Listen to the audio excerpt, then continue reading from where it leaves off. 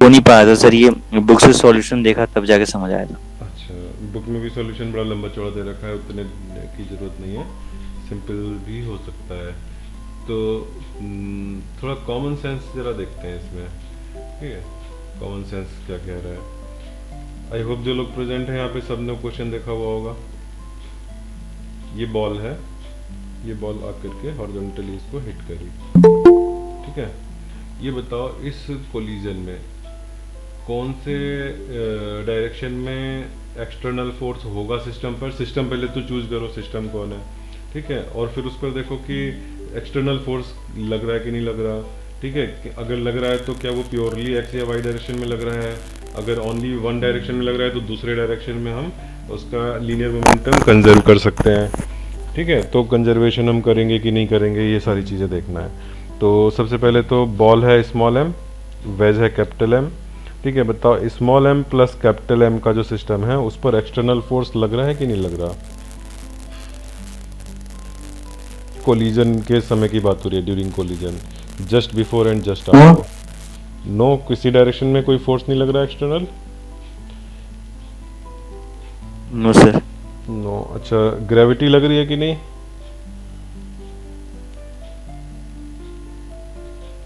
Yes sir, gravity लगी। Gravity लग रही है तो ग्रेविटी का, लेकिन उसका काउंटर आर्ग्यूमेंट ये होगा कि ग्रेविटी डाउनवर्ड लग रही है तो एक नॉर्मल रिएक्शन वेज पर ऊपर की तरफ लग रहा है, ठीक है। तो वो जो नॉर्मल रिएक्शन है वो ग्रेविटी को कैंसिल आउट कर देगा। लेकिन जब हम कोलिजन की बात कर रहे हैं, जिस समय जिस मोमेंट कोलिजन हुआ, यानी कि स्मॉल एम और कैपिटल एम के बीच में लार्ज फोर्सेस लगे, तो वो जो फोर्स लगेंगे वो किस डायरेक्शन में लगेगा। वेज बॉल पर किस डायरेक्शन में फोर्स लगाएगा।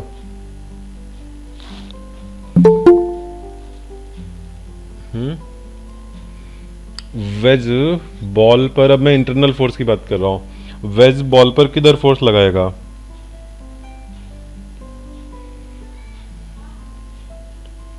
नॉर्मल डायरेक्शन में लगाएगा। इसमें हम क्या एज्यूम कर रहे हैं, कब ऐसा होता है कि केवल नॉर्मल डायरेक्शन में लगता है ये कोलिजन फोर्स, जब सरफेस स्मूथ होती है, ठीक है। यहाँ पे क्वेश्चन में ये वाली सरफेस के बारे में बोला नहीं है, तो क्वेश्चन में ये थोड़ा सा इन्फॉर्मेशन की कमी है, अदरवाइज ये क्वेश्चन सॉल्व नहीं हो पाएगा। इन्होंने ये चीज़ एज्यूम कर रखी है कि जो नॉर्मल रिएक्शन है या जे उसमें दिया है इम्पल्स, ये दोनों ball small M and capital M के बीच में वो नॉर्मल ही दिया है, ठीक है।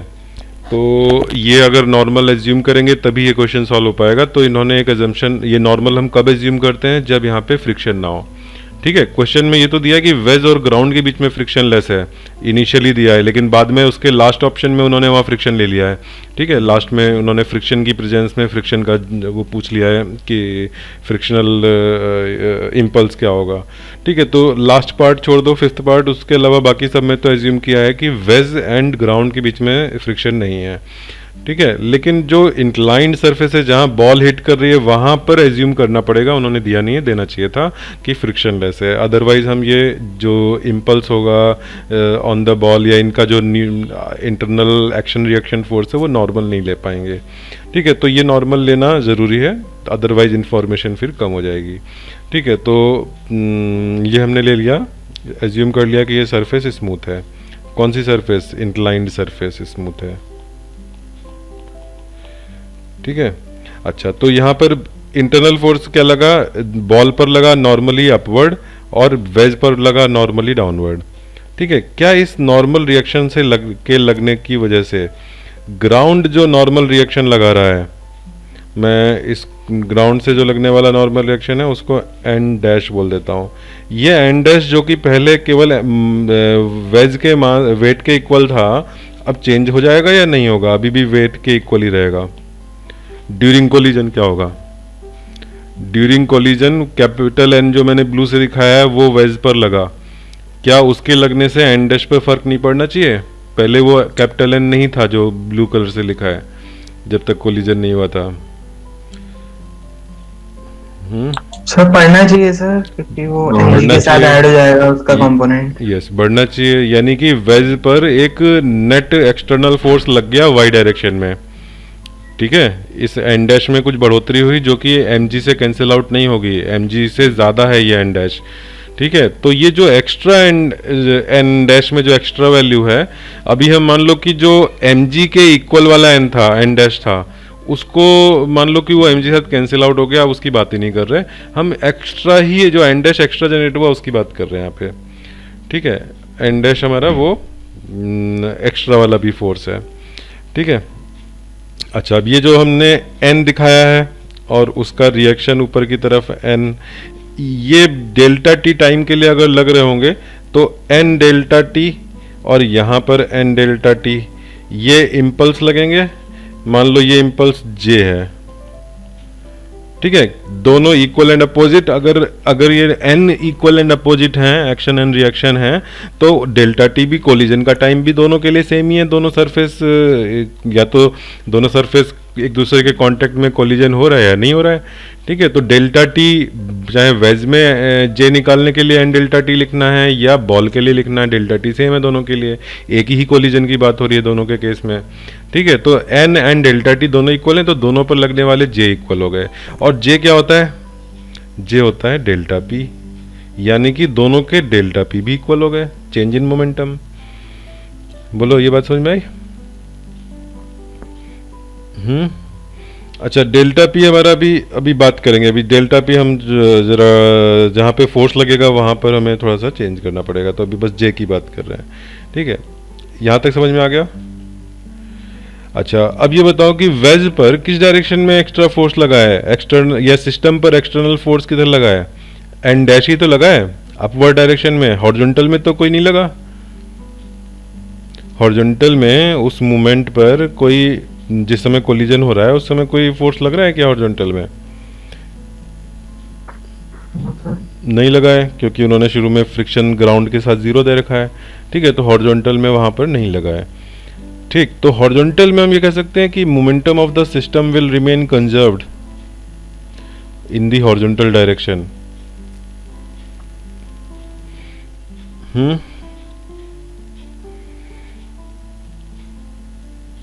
बोलो। Yes sir. ठीक है, अगर there is no F x then P x will remain conserved. ठीक है, वाई डायरेक्शन में कंजर्व नहीं होगा तो वहाँ पर हम इस एन डैश की वजह से जो इम्पल्स होगा उससे हम रिलेट करेंगे डेल्टा पी को। ठीक है, तो अब जरा देखो कि हमारी बॉल जो इनिशियल मोमेंटम क्या था बॉल का। मैं बॉल के लिए जो इनिशियल मोमेंटम है पी इनिशियल, स्मॉल पी में ले रहा हूँ बॉल के लिए और कैपिटल पी लूँगा वेज के लिए। ठीक है, तो पी इनिशियल बॉल का क्या है, और मेरी ये एक्स डायरेक्शन है, ये वाई डायरेक्शन है। ठीक है, तो पी इनिशियल हमारा बॉल का केवल एक्स डायरेक्शन में है। ठीक है, और एक्स में भी नेगेटिव एक्स में, क्योंकि इस तरफ जा रहा है, ये लेफ्ट साइड में जा रहा है। ठीक है, तो minus M we naught I cap बोल दें इसको बॉल के लिए। ठीक, अब फाइनल क्या है बॉल का, ऊपर की तरफ जा रही है बॉल, तो प्लस एम वी। अच्छा, यहाँ पर वेलोसिटी चेंज हो गई है, चलो इसको मैं एम वाई कह देता हूँ। बॉल का ऊपर की तरफ जो वेलोसिटी है एम वी वाई है। ठीक है, जे कैप। ठीक है, ये बॉल के लिए लिख दिया। अब बॉल का जो डेल्टा पी है एक्स डायरेक्शन में कितना है, फाइनल में एक्स डायरेक्शन में क्या है, जीरो है। पी फाइनल में देखो आई कैप का तो कोई कंपोनेंट है नहीं, और इनिशियल में जे का कंपोनेंट नहीं है। ठीक है, तो अगर मैं कहूं कि बॉल के लिए, फॉर बॉल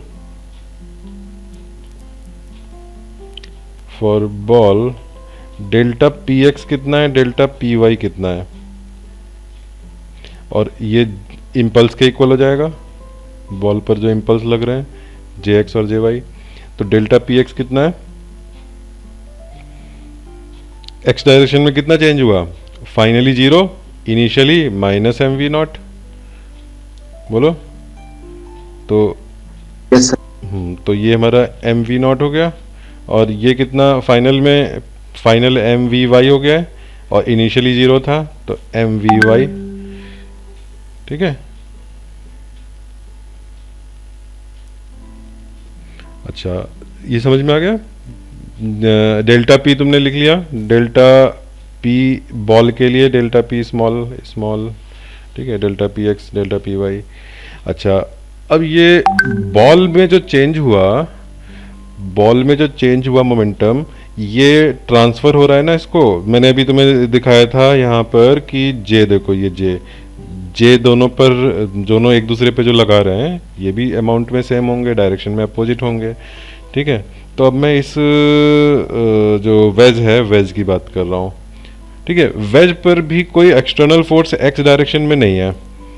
तो अगर मैं ये कहूँ कि delta P wedge plus delta P ball along X direction में कोई एक्सटर्नल फोर्स नहीं है, तो जीरो रहना चाहिए, कंजर्व रहना चाहिए एक्स डायरेक्शन वाला। सर, हाँ बोलो। इसमें वी वाई सर कौन सी वेलोसिटी है? वी वाई बॉल की ऊपर जाने में वी वाई कर दिया मैंने, और वेज की आफ्टर कोलिजन मान लो कैपिटल वी है। Okay sir. ठीक है, कैपिटल वी वेलोसिटी वेज की after collision, V Y ball की आफ्टर कोलिजन। ठीक है, अच्छा अब एक्स डायरेक्शन में ये देखो मैंने जो लिखा है, since there is no external force because F X is zero on the system. ठीक है, सिस्टम, तो इसका मतलब है कि सिस्टम में चेंज जीरो होना चाहिए। ठीक है, चेंज जीरो होना चाहिए, इसका मतलब है कि जितना चेंज बॉल के में है उतना इक्वल एंड अपोजिट चेंज किस में होना चाहिए, अपोजिट, हाँ इक्वल एंड अपोजिट चेंज किस में होना चाहिए, वेज में होना चाहिए। ठीक है, बॉल का कम हो गया एक्स डायरेक्शन में तो वेज का बढ़ना चाहिए। ठीक है, और मैं इनफैक्ट यहाँ पे वेज इधर लिख देता हूँ, बॉल इधर लिख देता हूँ, बेटर रहेगा क्योंकि बॉल का हमें पता है, वेज का बॉल का। ठीक है, ये एक्स कंपोनेंट की बात हो रही है, एक्स कंपोनेंट। तो एक्स कंपोनेंट मैंने डेल्टा पी बॉल का ऊपर लिख रखा है, डेल्टा पी बॉल का कहाँ लिखा हुआ है, ये। ठीक है, बॉल में एम वी नॉट का चेंज आया। ठीक है, तो वेज में कितना आएगा? अच्छा, वेज में तुम्हारा चेंज अगर देखो डेल्टा पी फॉर वेज, तो फाइनल वेज का कितना हो गया है, कैपिटल एम वी हो गया है, और इनिशियली उसमें कोई मोशन था नहीं, जीरो लिख लें। और बॉल का हम क्या कर सकते हैं, बॉल का जो डेल्टा पी एक्स है that is your M we naught. ठीक है, तो minus of M we naught लिख दिया जाए, तो वहां से कैपिटल वी क्या मिला, minus M we naught by capital M. ठीक है, माइनस क्या बता रहा है कि माइनस आई डायरेक्शन में है। ठीक है, लेफ्ट साइड में है। ठीक है, ये चीज़ मैंने थोड़ा सा और ज़्यादा मतलब बुक में तो और ज़्यादा कॉम्प्लेक्स दे रखा है, बट मैं इसको और अगर सीधे बताता तो और ज़्यादा अच्छे समझ में आया था कि तुम्हारा एक्स डायरेक्शन में मोमेंटम जितना बॉल का है वो सारा का सारा वेज को ट्रांसफ़र हो गया। ठीक है, बॉल का जितना मोमेंटम है उतना सारा का सारा वेज को ट्रांसफ़र हो गया एक्स डायरेक्शन में, क्योंकि और कोई एक्सटर्नल फोर्स तो है नहीं। तो यहाँ से मैं एमसीक्यू कर रहा होता तो मैं इस तरह से कर लेता बस। ठीक है, ये बात समझ में आ गई एक स्टेप में। जो चीज़ थोड़ा सा मैंने, क्योंकि मैं पूरा क्वेश्चन सॉल्व करा रहा हूँ तो इसलिए थोड़ा ज़्यादा डिटेल में बता रहा हूँ, नहीं तो ये केवल इतना निकालना होता तो ये एक लाइन की चीज़ थी। ठीक है, तो velocity of the wedge after the collision आ गया, जस्ट आफ्टर द कोलिजन। अब अगर फ्रिक्शन ग्राउंड के साथ नहीं होगा तो ये इसी वेलोसिटी से चलता रहेगा, क्योंकि कोई रोकने वाला नहीं है। ठीक है, अच्छा अब क्वेश्चन में और क्या क्या पूछा था, जे एक्स जे वाई वगैरह पूछा है, तो जे तुमसे पूछा है ना, impulse by the wedge on the ball, by the ball on the wedge, तो वो भी जरा ढंग से निकाल लेते हैं। अब देखो यहाँ पर डायग्राम में जरा फोकस करो, ये डायग्राम, यहाँ पे एंगल थीटा है।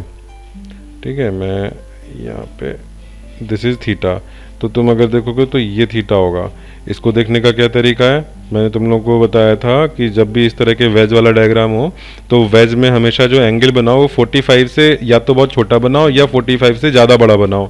ठीक है, अब जैसे ये एंगल है, ये तुम्हें बिल्कुल साफ पता लग रहा है कि 45 से छोटा है। ठीक है, फिर मैंने क्या किया, यहाँ पे मैंने नॉर्मल बनाया जे की डायरेक्शन के लिए। अब तुम अपने आप से देख लो कि ये एंगल तुम्हारा इसके इक्वल बन रहा है लेस देन 45 या इधर वाला एंगल। ठीक है, तो मैंने यहाँ पे बस ये देख लिया कि ये छोटा एंगल है तो ये छोटा एंगल है, मुझे इतना तो पता है कि इसमें और इसमें से कोई एक एंगल होगा जो कि थीटा के इक्वल होगा, तो यहाँ से देखते ही पता लग गया कि ऊपर वाला थीटा के इक्वल है। ठीक है। और नहीं तो तुम अपना प्रॉपर ज्योमेट्री भी लगा सकते हो। ये परपेंडिकुलर आगे बढ़ा दिया, ठीक है, ये परपेंडिकुलर आगे बढ़ा करके देखो ये 90 डिग्री है, दिख रहा है, तो ये वाला एंगल तुम्हारा क्या हो जाएगा, 90 माइनस थीटा हो जाएगा, ठीक है। फिर ये लाइन तुम्हारी, एक सेकेंड, इसको 90 माइनस थीटा करके क्या होगा, इससे कोई फायदा नहीं है। ये थीटा है तो यहाँ पे ये थीटा कर लो, दिख रहा है जो मैं जिसको मार्क कर रहा हूँ, ठीक है। ये थीटा हो गया तो इधर 90 माइनस थीटा हो गया तो ये थीटा हो गया, ऐसे ज्योमेट्रिकली हो गया, ठीक है। और नहीं तो ये सबसे इजी रहता है जो मैंने भी बताया कि एंगल को तुम वेज में हमेशा ऐसा बनाओ 30 डिग्री से भी छोटा सा बना दो, जिससे कि तुम्हें यहाँ पे पता लग जाए कौन सा छोटा वाला है, ठीक है। अच्छा, अब जे को मैं रिजॉल्व करूँ तो ऊपर वर्टिकल कंपोनेंट क्या आएगा, जे वाई क्या होगा, जे कॉस थीटा होगा ऊपर की तरफ, ठीक है। और नीचे की तरफ क्या होगा, हॉरिजॉन्टल में इस तरफ जे साइन थीटा होगा। ये ऑन द बॉल लगने वाले इम्पल्स हैं, ठीक है। तो अब जरा यहाँ पे देखो, ये मेरा जे एक्स को मैं क्या लिखूं, जे साइन थीटा, ठीक है। और इधर जे वाई को क्या लिखूं मैं, जे कॉस थीटा। समझ में आ गया, बोलो भाई। जे कॉस थीटा, जे साइन थीटा, ये तुम्हारा जे एक्स है ऑन द बॉल।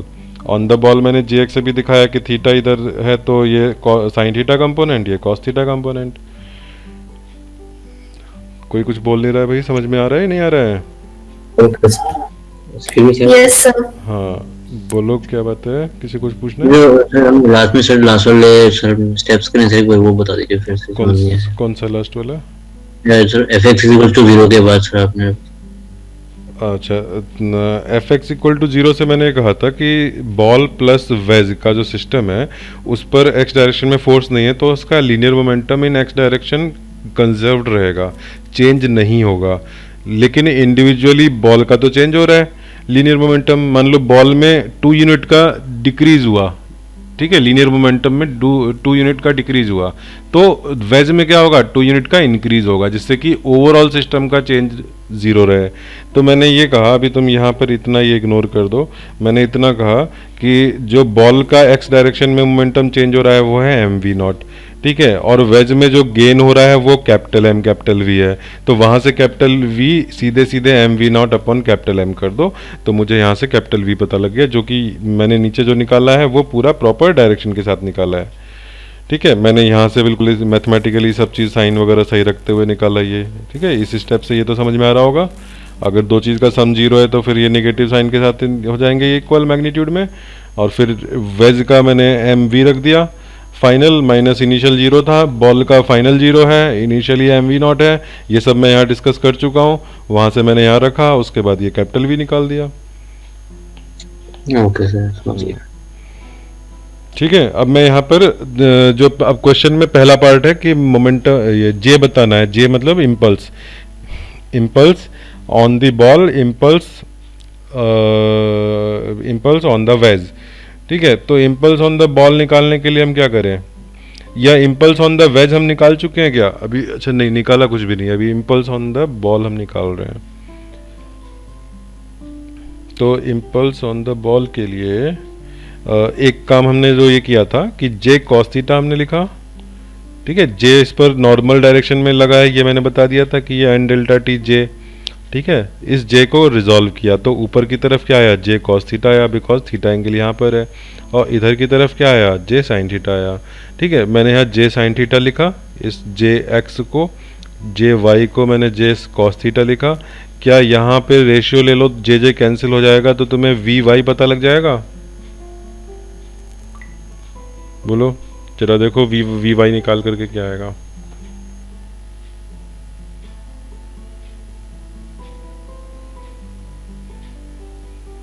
सॉल्व करो।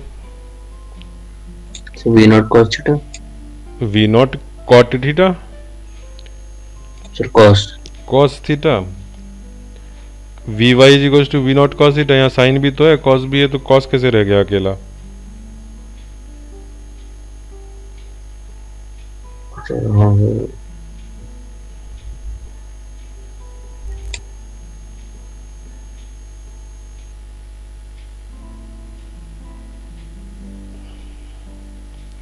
Sir V Y equals to we naught by cot theta. ये होगा।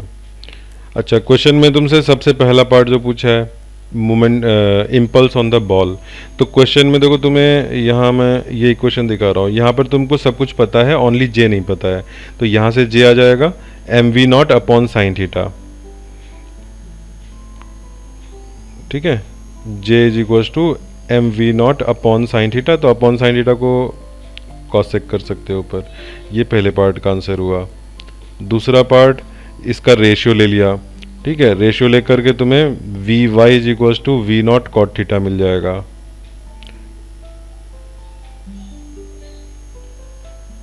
ठीक है, इन दोनों से। ठीक है, अच्छा, जे हमारा on the ball and on the veg दोनों सेम ही होगा जो यहाँ पर लगेगा, लेकिन अगर हम वेज पर ग्राउंड से बोले तो ग्राउंड वाला भी अलग आएगा।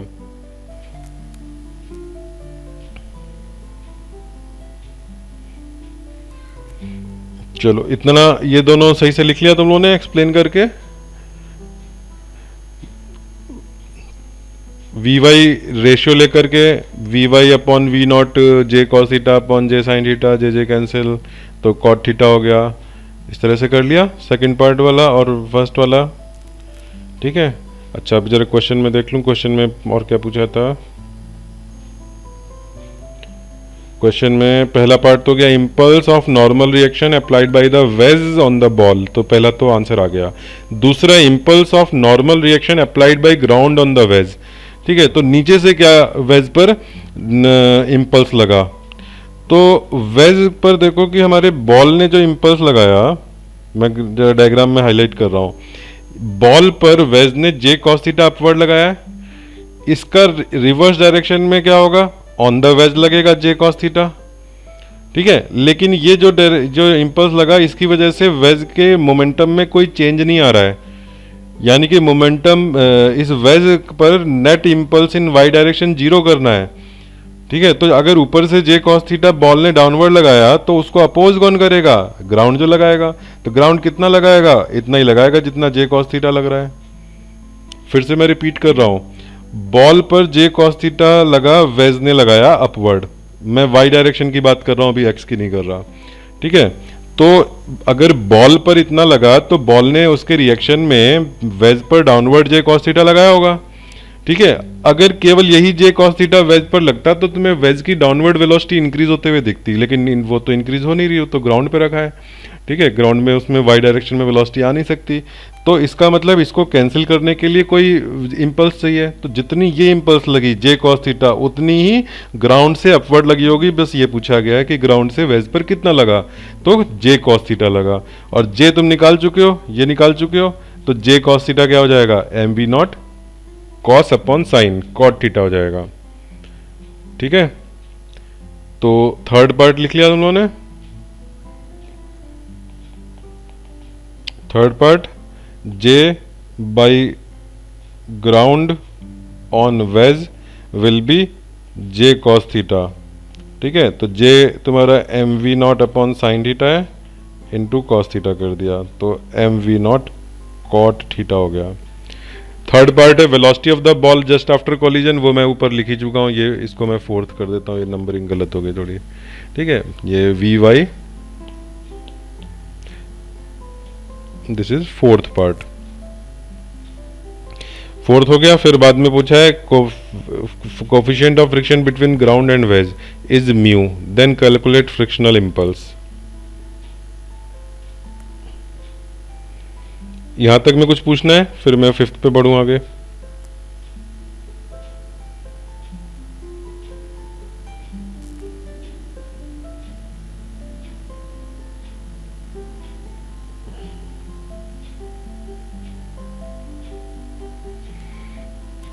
अच्छा, कुछ नहीं पूछना, ठीक है। अब हम आते हैं फ्रिक्शनल रिएक्शन का जो होगा, इम्पल्स होगा, फ्रिक्शनल इम्पल्स। तो फ्रिक्शनल इम्पल्स हमारा क्या होगा, अगर मैं कहूँ कि जो फ्रिक्शन फोर्स होगा वो म्यू इंटू एन होगा। ठीक है, तो इसका मतलब फ्रिक्शनल इम्पल्स जो आएगा एफ डेल्टा टी, वो हमारा म्यू एन डेल्टा टी होगा। ये एन कौन सा है, जो ग्राउंड से लग रहा है, एन डैश। ठीक है, mu N dash delta T होगा। बोलो। अंडरस्टूड। और ये एन डैश डेल्टा टी कौन सा वाला है? ये ग्राउंड से जो जे लग रहा था वही तो है ये। तो ग्राउंड से लगने वाला भी हमने M we naught cot theta निकाला ये जस्ट प्रीवियस थर्ड पार्ट में। ठीक है।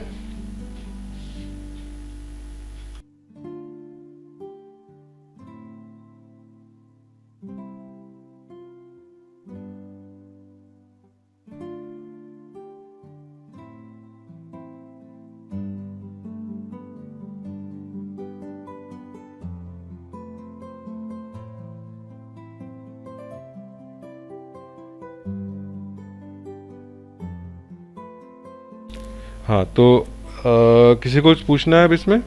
पूरा हो गया क्वेश्चन, ये फिफ्थ पार्ट आ गया।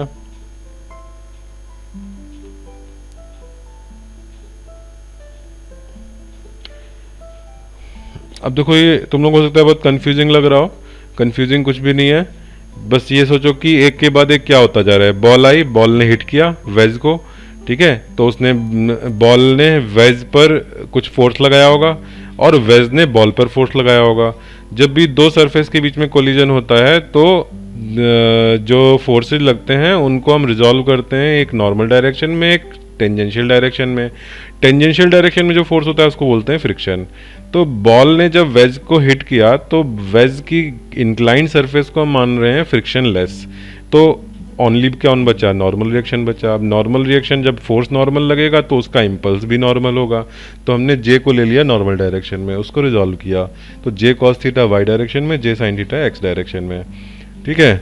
अब जे साइन थीटा का क्या रोल है? जे साइन थीटा का रोल है बॉल पर लग रहा है तो बॉल के एक्स डायरेक्शन के मोमेंटम को चेंज करना। तो चेंज कितना हुआ? तो बॉल का initial momentum M we naught X direction का, और फाइनली तो वो वर्टिकल जा रही है ऊपर, तो उसमें अब जीरो हो गया, तो एम वी नॉट पूरा पूरा चेंज हो गया, जिसको हमने जे साइन थीटा के इक्वल रख दिया।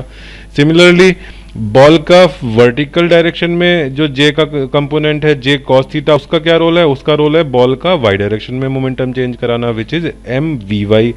ठीक है, क्योंकि इनिशियल में वाई कंपोनेंट था नहीं, वेलोसिटी में पूरी तरह से हॉरिजॉन्टली जा रही थी, तो एम वी वाई उसका चेंज हो गया। ठीक है, पूरी तरह से जो फाइनल मोमेंटम है दैट इज द चेंज। तो M V Y equal to J cos theta रख दिया। ठीक है, अब वहां से दो तीन आंसर आ गए इसके। एक तो पहला J sine theta equal to m we naught, हमें एम भी पता है, वी नॉट भी पता है और साइन थीटा भी पता है, यानी थीटा पता है, तो जे निकल आया। ठीक है, तो पहला तो जे पूछा था फर्स्ट पार्ट में, वो निकल आया। फिर हमसे सेकंड पार्ट में बोला गया था कि ग्राउंड ने वेज पर कितना इम्पल्स लगाया, तो हमने वेज पर देखा कि वेज पर ग्राउंड तो केवल वाई डायरेक्शन में लगाएगा क्योंकि वहां पर कोई फ्रिक्शन है नहीं अभी तक। ठीक है, लास्ट पार्ट को छोड़ दो तो वहां उससे ऊपर तक में फ्रिक्शन जीरो है, तो वेज पर ग्राउंड ने जो लगाया वो केवल नॉर्मल डायरेक्शन में होगा। तो वेज पर नॉर्मल डायरेक्शन में मोमेंटम का चेंज है क्या? इनिशियली भी वेलोसिटी जीरो है, फाइनली भी जीरो है, तो कोई चेंज नहीं है। यानी कि वेज पर बॉल ने जो डाउनवर्ड डायरेक्शन में लगाया जे कॉस थीटा, उसको एग्जैक्टली कैंसिल आउट करना है एन डैश के मोमेंट इम्पल्स के थ्रू। तो एन डैश का जो इम्पल्स है वो जे कॉस थीटा के इक्वली हो गया अपवर्ड। ठीक है, इसलिए मैंने सेकंड पार्ट के आंसर में लिख दिया जे कॉस थीटा, और जे की वैल्यू हमने ऊपर से निकाली हुई थी। ठीक है, और फिर उसके बाद फोर्थ पार्ट आया वी वाई निकालने के लिए, तो वो हमने जो जे कॉस थीटा हमने लिखा हुआ है, मैं ज़रा हाईलाइट कर दूँ यहाँ पर ये। ठीक है, तो यहाँ से फिर हमने रेशियो लिया सेकंड और सेकंड अपॉन फर्स्ट। ठीक है, जस्ट यहाँ पर इन दोनों इक्वेशन का रेशियो लेकर के वी वाई निकाल दिया। ठीक है, तो से v y v naught cot theta आ गया। ठीक है, अब आगे बढ़ सकते हैं, सबको आगे समझ में? Yes sir. अच्छा, अब नेक्स्ट क्वेश्चन है जो इलास्टिसिटी वाले चैप्टर से पूछा है। तो उसमें क्या है कि एक ये है स्ट्रिंग है या क्या है, केबल है, जो भी, एक बार देख लेते हैं क्या है लैंग्वेज क्वेश्चन की।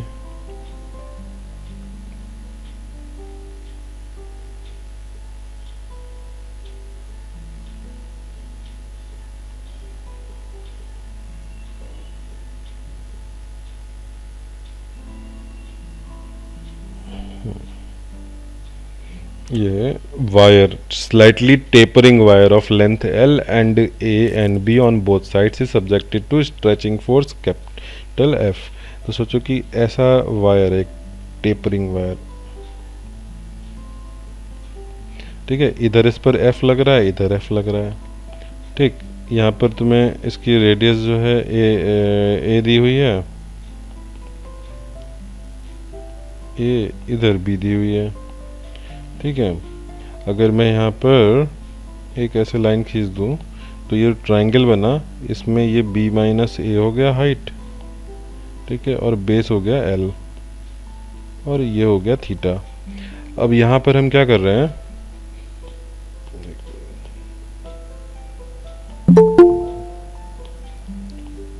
ये हो गया L, ठीक है। अगर मैं यहाँ पे चाहूँ तो tan theta is equal to क्या लिख सकता हूँ, हाइट अपॉन बेस।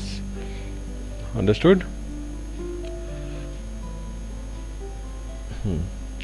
अच्छा, अब मैं अच्छा, अब यहाँ पे देखो प्रॉब्लम क्या है। यहाँ पर अगर मैं सीधे सीधे वो y is equal to F upon A upon delta L by L ये लगा दूँ, F L by A delta L, और डेल्टा एल को इधर ले जाएं तो F L upon Y A, क्या ये फॉर्मूला हम लगा सकते हैं? लेंथ इसमें पूछा है कि कितना टोटल लेंथ चेंज होगी, एक्सटेंशन पूछा है। ये फॉर्मूला लगाने में एक प्रॉब्लम है कि ये जो एरिया है ये हर जगह पर अलग अलग है, ठीक है, तो हर जगह पर सेम एक्सटेंशन नहीं होगा, ठीक है। तो ऐसे में हमें क्या करना होता है, हमें एक छोटा सा एलिमेंट लेना होता है, और उस एलिमेंट में जैसे मैं यहाँ से मान लो कि x डिस्टेंस पर एक dx विड्थ का एलिमेंट ले रहा हूँ, ठीक है। ये dx हमारा इतना छोटा है कि उसमें मैं जो हमारी ओरिजिनल लेंथ है L वायर की, उसको हम लिख देंगे dx, और dx में जो चेंज आएगा dl का, यानी कि पहले ये dx है और बाद में क्या हो गया, बाद में एक्सटेंशन के बाद ये dx प्लस dl हो गया, ठीक है। तो ये dx किसका रोल प्ले करेगा, dx इज ओरिजिनल लेंथ। इस ओरिजिनल लेंथ L में कितना चेंज हो गया, dl का चेंज हो गया, ठीक है। मैं dx को L लिख रहा हूं, ठीक है, dx को L लिख दिया मैंने। तो अब जो लेंथ हो गई उस एलिमेंट की वो L प्लस dl हो गई, इसमें dl का चेंज हो गया, ठीक है। तो मैं यहाँ पर फॉर्मूला अब क्या कर रहा हूँ, फॉर्मूले में यहाँ पे L की जगह पर dx लेता हूँ, ओरिजिनल क्या लेना है यहाँ पर, ओरिजिनल लेंथ dx लेना है, और चेंज इन लेंथ जो डेल्टा लिखा था उसको मैं dl लिख दे रहा हूँ। यहाँ तक कोई दिक्कत तो नहीं है, बोलो। अब ये छोटा सा dx जो लेंथ है उसको मैं मान सकता हूँ कि उसमें हमारा एरिया बहुत ज़्यादा चेंज नहीं हो रहा है, तो ये फॉर्मूला हमारा वैलिड है, ठीक है। dx ओरिजिनल लेंथ जो है, dx लेंथ, उसमें हम ये फॉर्मूला एक्सटेंशन का लगा सकते हैं। अच्छा, अब देखो ज़रा ये बताओ कि इसका क्रॉस सेक्शनल एरिया कितना होगा, ये जो मैंने एलिमेंट लिया है उसका क्रॉस सेक्शनल एरिया कितना होगा। तो उसके लिए तुम्हें इस जगह पर ये रेडियस चाहिए होगी, ठीक है। अब रेडियस के लिए हम क्या करें, देखो रेडियस तुम्हें कितनी चाहिए, ये चाहिए पूरी, और ये कितना है, ये तुम्हारा a है, a में एक्स्ट्रा कितना होगा वो हमें निकालना है। सपोज ये h है यहाँ पर, ठीक है। क्या मैं लिख सकता हूँ कि tan theta is equal to h upon X, ऐसे लिख सकते हैं? बताओ, डायग्राम इस ट्रायंगल में देखो, इस ट्रायंगल में ऐसा लिख सकते हैं, h हाइट है और बेस इसका x है, ठीक है। और जब हम एरिया लिखेंगे इसका तो उसमें जो रेडियस रहेगी वो रेडियस रहेगी a प्लस एच, ठीक है। तो मैं एरिया लिखूंगा कहाँ पर, लोकेशन x पर, ठीक है। लोकेशन x पर जो एरिया आएगा वो क्या आएगा, पाई आर स्क्वायर, रेडियस कितनी, a plus H whole square, ठीक है। पाई a प्लस h की वैल्यू कितनी होगी। अब यहाँ से देखो ऊपर तुमने जो h ऊपर की लाइन में लिखा हुआ है वहाँ से हमें मिलेगा x times b minus a upon l, ठीक है। इसमें वेरिएबल कौन है, इस एक्सप्रेशन में कौन सी चीज़ वेरिएबल है, x के टर्म्स में, बाकी सब कांस्टेंट हैं। a और b कौन है, यहाँ की रेडियस सब कांस्टेंट हैं, l वायर की लेंथ सब कांस्टेंट है, केवल x हमारा वेरिएबल है। अभी जरा इसको हम इसको जरा सिंपली लिख देते हैं इसको लिख लेते हैं सम k 1 प्लस k2x, ऐसे लिख लें, बाद में k1 k2 पुट कर देंगे, अभी ये इतना लंबा सा रखना थोड़ा मुश्किल पड़ेगा। अच्छा होल स्क्वायर भी है, सॉरी अभी नहीं, ऐसे रुको ज़रा, होल स्क्वायर भी है ना, इसका स्क्वायर भी है। चलो अभी फिर ऐसे ही रखते हैं, पूरा ही रखते हैं, एटलीस्ट b माइनस ए अपॉन एल को कुछ कर देते हैं, ठीक है, उसको k रख देते हैं, pi a plus K X whole square, नहीं x, हाँ ठीक है, where k is equals to b minus A upon L, ठीक है, बाद में रख देंगे k को। अब क्या करना है तुम्हें, अब ये छोटे से एलिमेंट का dl लिखा, तो अब टोटल लेंथ जो होगी डेल्टा एल वो क्या होगा, इंटीग्रेशन dl होगा, छोटे छोटे सारे dl जब ऐड कर दोगे तो क्या करना है, f dx upon y into A, f and y तो कांस्टेंट हैं, ठीक है, एरिया अंदर आ गया, क्या आ गया, पाई a plus K X whole square और ऊपर dx, ठीक है, f अपॉन y बाहर ले लिया तो नीचे ये हो गया। अब इसका इंटीग्रेशन करना है तो मैं एक और सब्स्टिट्यूशन कर लेता हूँ, let a plus K X is equals to Y, Y कहीं और कुछ तो हमने लिया नहीं है, ठीक है, इसको डिफरेंशिएट करोगे तो dy इज इक्वल्स टू के डी एक्स हो जाएगा, यानी कि हम dx की जगह पे क्या लिख सकते हैं, 1 अपॉन के डी वाई लिख सकते हैं, ठीक है, तो ये रख देंगे सब्स्टिट्यूशन, तो हमारा delta L is equals to क्या हो जाएगा, इस सब्स्टिट्यूशन के बाद f अपॉन पाई वाई, ठीक है, पाई भी कांस्टेंट अंदर से बाहर ले आए, और अंदर dx की जगह पर हमने क्या कर दिया, 1 अपॉन के डी वाई कर दिया, और डिनोमिनेटर में वाई स्क्वायर रखा हुआ है, ठीक है, तो f अपॉन के pi y integration dy upon y square, और लिमिट क्या जाएगी इसकी,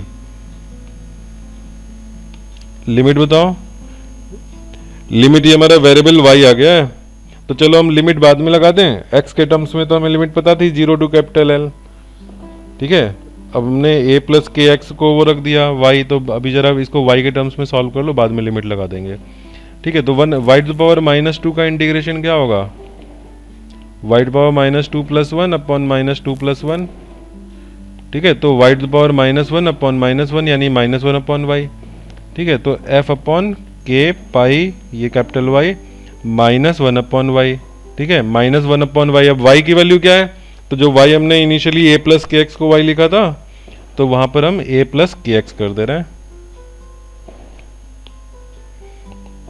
f अपॉन के पाई y minus 1 upon a plus K x. अब x के टर्म्स में आ गया, अब x के टर्म्स में तुम लिमिट डाल दो, 0 से स्टार्ट होकर के l तक जाना था, ठीक है, तो पहले अपर लिमिट पुट करो, f अपॉन के पाई y और माइनस बाहर निकाल लो, या फिर ऐसा कर सकते हो कि अगर माइनस लगाए ना तो उसके लिए हम क्या कर सकते हैं कि माइनस को गायब कर दो और लिमिट को रिवर्स ऑर्डर में रखो, पहले 0 रख दो, तो पहले 0 रखोगे तो a आ जाएगा, माइनस l रखोगे तो a प्लस के एल आ जाएगा, और k की वैल्यू तुम्हें वापस डाल देनी है, ठीक है, f अपॉन के, अच्छा k यहाँ भी डालना है, k हमारा ऊपर लिखा हुआ था, k was b minus A upon L, ठीक है, b माइनस ए अपॉन एल, तो b माइनस ए upon l pi capital y, और यहाँ पे जरा वो ले लो a into a plus b minus A upon l into l, ठीक है, एल एल कैंसिल हो जाएगा, ए भी कैंसिल हो जाएगा, बस b बचेगा, और ऊपर क्या आ जाएगा a प्लस के एल माइनस ए, तो a कैंसिल हो गया, अब k की वैल्यू डाल देंगे ऊपर। एक काम करते हैं, इसमें k सबसे बाद में रखो, अभी सबसे इजी रहेगा, अगर k सबसे लास्ट में रखो, पहले a इंटू ए प्लस के एल और ऊपर a प्लस के एल माइनस ए, ठीक है, a कैंसिल हो गया, और ऊपर इनफैक्ट यहाँ पर भी k रहने देते हैं अभी, ठीक है, और इजी रहता, ठीक है, k भी हमने k पाई y रहने दिया, f अपॉन k पाई y, ये y कौन सा है, ये y वाला है, यंग्स मॉडुलस वाला है, और ऊपर के l upon a plus b minus A upon l into l, l l cancel, और a plus b minus a b हो जाएगा, तो f अपॉन, अच्छा k से k कैंसिल हो गया, तो pi y l upon a b, answer. ठीक है, थोड़ा सा इंटीग्रेशन लंबा था, बस लंबा तो नहीं था ये ऐसा है कि ये इंटीग्रेशन जब तुम 12th क्लास में प्रैक्टिस करोगे तो ये तुम्हारे लिए बहुत इजी इंटीग्रेशन होगा। ठीक है, तो इसको लेकर डरने की जरूरत नहीं है। अच्छा, अभी थोड़ा सा हम लोग वो कर लें कोफिशिएंट ऑफ रेस्टिट्यूशन के क्वेश्चन जो मैंने लास्ट क्लास में छोड़े थे, जहाँ तुमने एंड किया था उसके आगे एक बुलडोजर वाला क्वेश्चन किया था, समझ में आ गया था?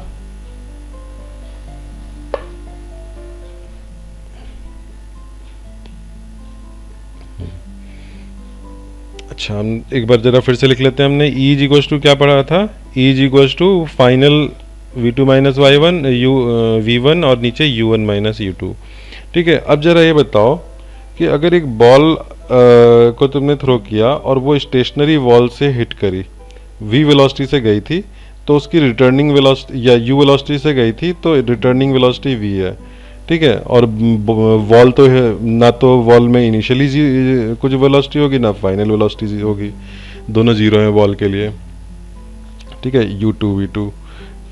ठीक, ये U1 हम ले लो, U0 ले लो और V बताना है। ठीक है, ये वैल्यूज उसमें पुट करो। ठीक है, और डायरेक्शन प्लस माइनस का ध्यान रखना। उसमें पुट करके क्या होगा? V2 0 है, नीचे U2 0 है, V1 हमारा फाइनल क्या है?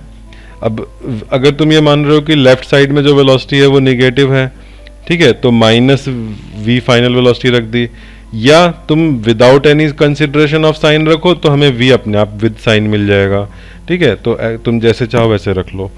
ठीक है, तो मैं अभी V1 की साइन एज्यूम कर रहा हूँ कि मुझे नहीं पता कि वो किधर जा रही है, तो मैंने V1 को सिंपली V रख दिया।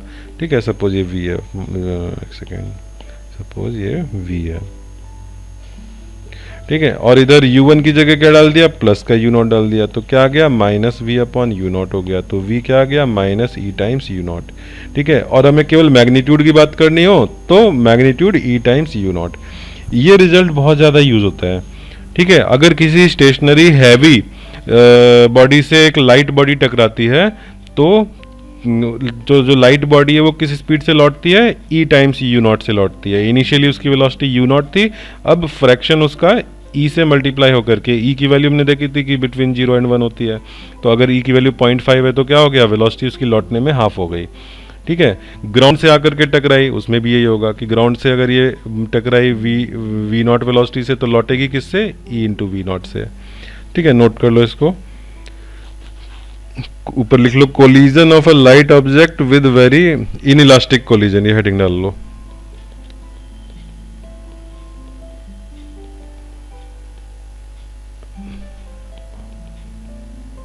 Light object with a massive heavy object, heavy stationary object. ठीक है, तो जैसे फॉर एग्जाम्पल वॉल, ग्राउंड, ये बहुत ज़्यादा यूज होता है। ठीक है, वॉल एंड ग्राउंड का एग्जाम्पल।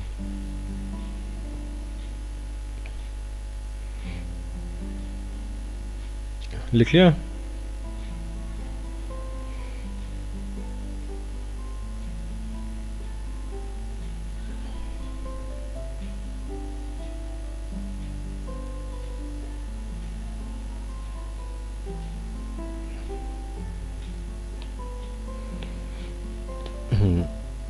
अच्छा, अब ये बताओ, एक बॉल हमने h हाइट से ड्रॉप करी थी, बताओ कि आफ्टर कोलिजन जब वो लौटेगी बाउंसिंग के बाद, और यहाँ पे coefficient of elasticity restitution E दे रखा है। ठीक है, E का यूज करके बताओ कि आफ्टर कोलिजन वो कितनी हाइट तक जाएगी। इसको मैं फर्स्ट कोलिजन के बाद मैं H1 बोल दे रहा हूँ, इसको H1। What will be H1? Bounce back के बाद कितनी हाइट तक ऊपर जाएगी?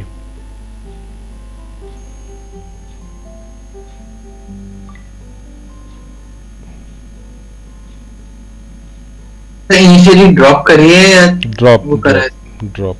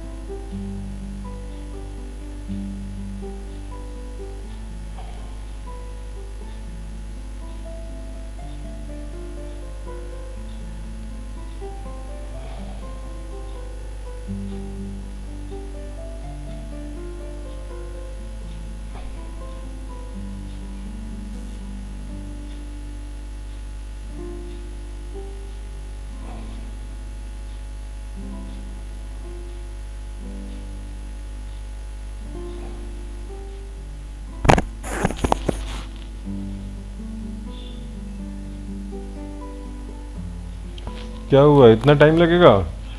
ऊपर से एच हाइट से गिराओगे तो यहाँ किस वेलोसिटी से हिट करेगा ग्राउंड को? √2gh। ओके, मान लो ये हमारा v0 है, √2gh से हिट किया, ठीक है। अच्छा, लौटेगी तो ऊपर किस स्पीड से जाएगी?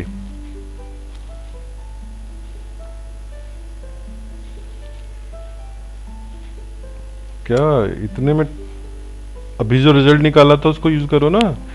जस्ट आफ्टर कोलिजन उसकी वेलोसिटी कितनी हो जाएगी? EV0 हो जाएगी। अच्छा, अब ये बताओ, अब जब u वेलोसिटी से बॉल को ऊपर थ्रो करते हो तो कितनी हाइट तक जाती है? u²/2g। u²/2g। u²/2g। तो इसका यूज करके h1 बता दो। तो h1 कितना हो जाएगा? e² v0²/2g। u² की वैल्यू डाल दी। अब इसमें v0² रख दो। e² v0² is 2gh/2g, 2g cancel, e²h आ गया। h1 will be e²h।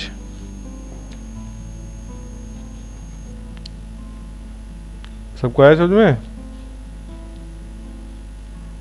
Properly लिख लो इसको कि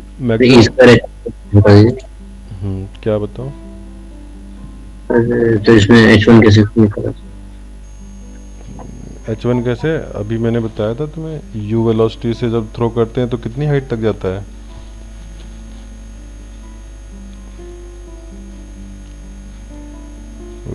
ये तो फर्स्ट काइनेमेटिक्स का रिजल्ट है। u स्पीड से अपवर्ड थ्रो करते हैं, कितनी हाइट तक जाता है? अभी u²/2g। फिर उसके आगे समझ में आ गया पूरा?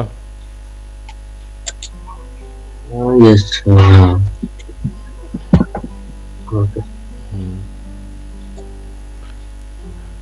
u की वैल्यू EV0 हो गई इस अपवर्ड मोशन के लिए। यस। चलो मैं हटा दूं जरा यहाँ से, सबने नोट कर लिया?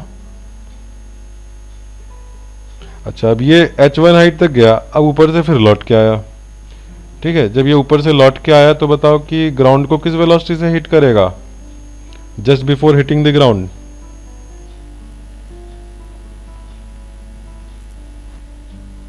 √2gh1।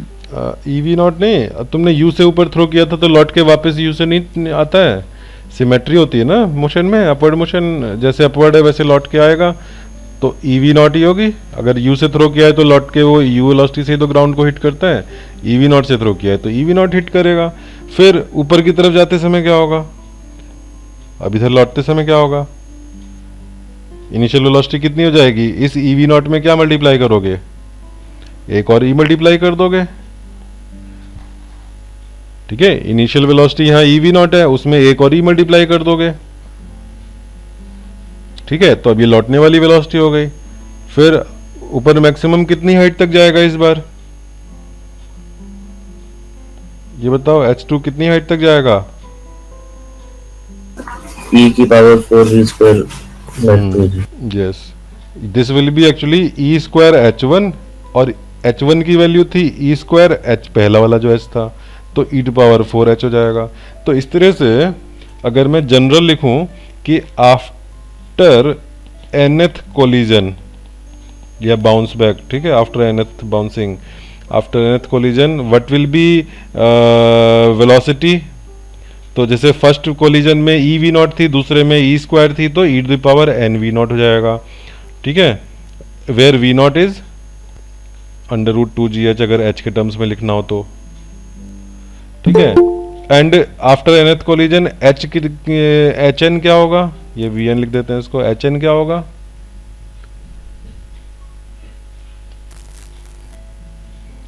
e²n यानी e⁴2n h,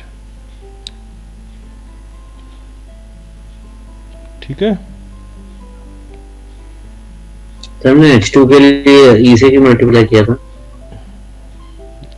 h2 के लिए e से क्या मल्टीप्लाई किया था? h1 समझ में आया था तुम्हें? h1 वाज e²h1 h, ये हमारा Yes, sir. e²h आया था। इसका Yes, डेरिवेशन sir. तो समझ में आ गया था, तो हमने उसी पैटर्न को कॉपी कर दिया कि H2 का H1 से ये रिलेशन होगा। ठीक है, Okay, sir. हाँ, H2 का H1 से फिर वही रिलेशन हो जाएगा जो H1 का H के साथ है। Yes, sir. और बताओ, और फैज कुछ समझ में आ रहा है? Anish, Aarush? Yes, sir. Aarush, are you there? Aarush? Yes sir. Okay, चलो आगे। तो ये समझ में आ गया। अब आते हैं हम जरा, इस बॉल को तो हमने वर्टिकली मोशन में देखा था, ठीक है। अब सोचो कि हमने एक बॉल को u वेलोसिटी से थ्रो किया, या इस u को मान लो कि हमने तुम्हें ux दे रखा है और uy दे रखा है, ठीक है, एट एंगल थीटा थ्रो किया, तो ये एज ए प्रोजेक्टाइल गया, फिर यहाँ पे बाउंस करेगा, फिर जाएगा, फिर अगला बाउंस होगा, फिर जाएगा, ठीक है। तो इसमें फर्स्ट बाउंस के बाद जो h1 हाइट होगी, ठीक है, जो रेंज r1 होगी, और जो टाइम पीरियड होगा, टाइम ऑफ फ्लाइट, फिर h2, t2, r2, ये तुम लोगों को निकालना है। यानी कि हमें ऐसे आफ्टर nth बाउंस निकालना है कि ये क्या होगा, ठीक है। तो मैं पहले फर्स्ट बाउंस की बात करता हूँ। अच्छा, एक चीज़ और कि ग्राउंड इज स्मूथ, ठीक है, ग्राउंड इज स्मूथ, यानी कि फ्रिक्शन हॉरिजॉन्टली मान लो कि कोई फोर्स नहीं है, ठीक। तो सारा जो भी है क्या है, बाउंसिंग के समय जो कोलिजन में फोर्स लगेंगे वो नॉर्मल लगेंगे, ठीक है। तो नॉर्मल में तुम्हारा इनइलास्टिक कोलिजन है, ठीक है। इनइलास्टिक कोलिजन में कोफिशिएंट ऑफ रेस्टिट्यूशन ई दे रखा है, is equal to E given है, ठीक है। तो बताओ फर्स्ट कोलिजन के समय क्या होगा? फर्स्ट कोलिजन के समय देखो, जो ux होगा वो आफ्टर कोलिजन ux ही मेंटेन रहेगा, ठीक है, क्योंकि कोई हॉरिजॉन्टल डायरेक्शन में फोर्स लगा नहीं कोलिजन के समय, ठीक है। और वर्टिकल में सोचो कि ऊपर से आते समय इसकी क्या वेलोसिटी होगी, uy होगी। जिस वेलोसिटी से तुमने ऊपर थ्रो किया था uy, उसी से ही नीचे आएगा, लेकिन फर्स्ट बाउंस के बाद क्या हो जाएगा, e टाइम्स uy हो जाएगा। अभी ये लिख के नहीं आ रहा मैंने जो लिखा है, हाँ अब आ गया। हाँ, ये समझ में आ रहा है? बताओ, कोफिशिएंट ऑफ रेस्टिट्यूशन किस डायरेक्शन में काम करता है? परपेंडिकुलर टू द, जो हम लोगों ने वहाँ पे पढ़ा था हेड ऑन कोलिजन, तो लाइन ऑफ बोला था इम्पैक्ट LOI, तो लाइन ऑफ इम्पैक्ट के डायरेक्शन वाली वेलोसिटी में तो ई लगाते हैं, तो हमने ई इंटू uy कर दिया, और टेंजेंशियली कोई फोर्स नहीं है स्मूथ होने की वजह से। तो नेक्स्ट बाउंस में जो सेकंड पैराबोलिक मोशन है उसमें क्या होगा, ux तो हमारा पहला वाला ही रहेगा इनिशियली, ठीक है। तो आगे सेकंड, थर्ड, फोर्थ सारे बाउंस के बाद ux तो चेंज नहीं होना है, चेंज होना है केवल uy, और uy हर बाउंस में e टाइम्स कम होता जाएगा, ठीक है, e टाइम्स उसमें फ्रैक्शन मल्टीप्लाई होता जाएगा। तो अब ये बताओ कि टाइम पीरियड पे सबसे पहले देखते हैं। पहले तो बताओ टाइम पीरियड होता क्या है। अगर मैं किसी को uy वेलोसिटी से ऊपर थ्रो करता हूं तो कितने टाइम का टाइम ऑफ फ्लाइट होती है वर्टिकली uy वेलोसिटी से थ्रो करने में? u by g 2uy/g, ठीक है। तो ये तो हो गया फर्स्ट तुम्हारा सबसे पहला वाला ओरिजिनल t, इसको t नॉट बोल दो यहाँ पर, ठीक है। इसका सब कुछ ओरिजिनल वाला t नॉट लगा देते हैं, ठीक है। तो अब ये बताओ कि t1 क्या होगा आफ्टर फर्स्ट बाउंस। तो फर्स्ट बाउंस के लिए uy कितना हो गया,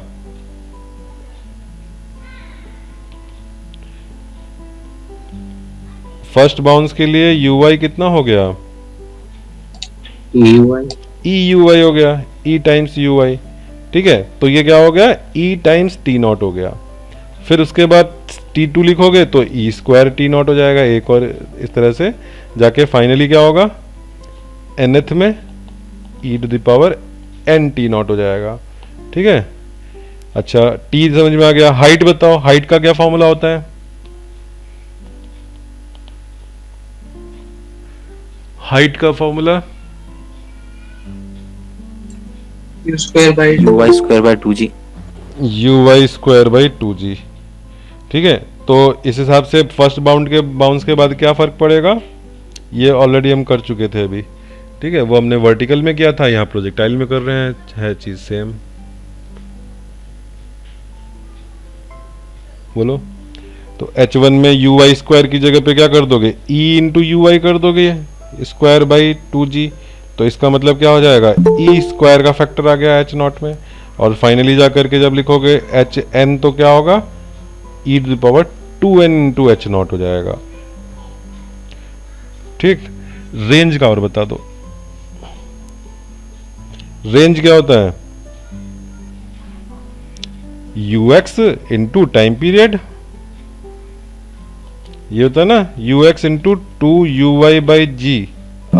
अब इसमें तुम्हारा R1 में क्या होगा, फर्स्ट बाउंस के बाद में क्या चेंज होगा बताओ, यू एक्स चेंज होगा, यू वाई चेंज होगा, जी चेंज होगा, क्या चेंज होगा,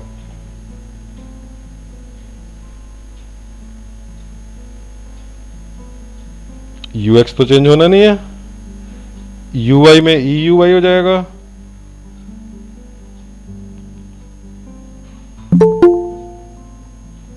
अपॉन जी, तो ये क्या हो गया, ई टाइम्स आर नॉट हो गया, पहले वाली रेंज का ई टाइम्स, तो आर एन एनथ बाउंस के बाद क्या होगा, e to the power n times R naught हो जाएगा बस। ठीक है, स्क्रीन से थोड़ा ये हो रही है काफी। क्या दिक्कत है, क्या सर अभी आर का सर दिखा नहीं, शो नहीं कर रहा है सर। शो नहीं कर रहा है आर वाला, फ्रीज हो गया है। फ्रीज हो गया है।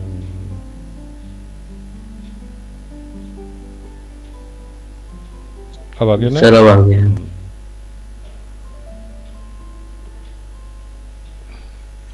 तो एक बार मैं फिर से रिपीट करूं फिर आर वाला, तो ये यू एक्स इंटू टी होता है ना आर, रेंज को कैसे निकालते हो, एक्स डायरेक्शन में velocity constant into time, time हमने यहाँ से 2 यू वाई जी यहाँ पे रख दिया।